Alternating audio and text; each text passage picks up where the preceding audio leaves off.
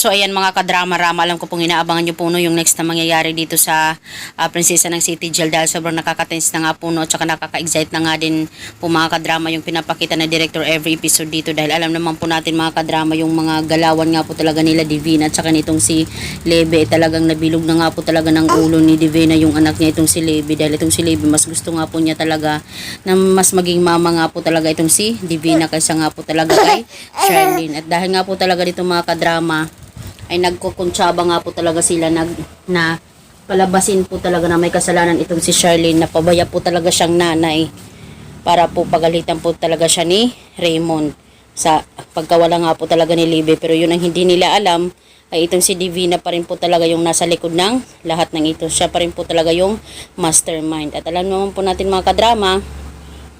na itong driver nila hindi po talaga nila maluloko nila Divina kaya possible hindi siya bayaran ganito ganyan, siya yung magsabi talaga dito kina Raymond, tumawag na palabas lang ang lahat or gawa-gawa lang ang lahat ni Divina yung pag kidnap dito kay Libby. Talagang minsan nakakairita no dahil itong si Libby kung ano-ano na lang yung mga sinasabi, pati pa naman itong si Princess ginawa niyang mastermind, tapos yung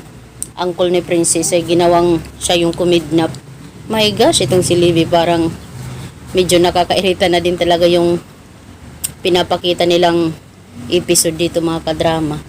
So mga kadrama, alam ko na itong si Divina ay one day mananagot po talaga siya at malalagot po talaga siya dito sa kamay po talaga ni Raymond at saka ni Charlene dahil sobrang na po talaga yung pagpapasakit niya dito kay Charlene at pagpapahiya dito sa kanyang pamilya.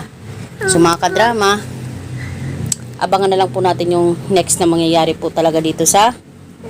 Prinsesa ng City Jail dahil malapit na din po talaga pagtatapos nito no. Gusto ko na nga din po talaga mga kadrama na malaman na din talaga ni Charlene na totoo niya po talagang anak itong si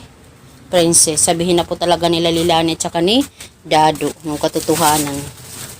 So yun lang po mga kadrama, don't forget to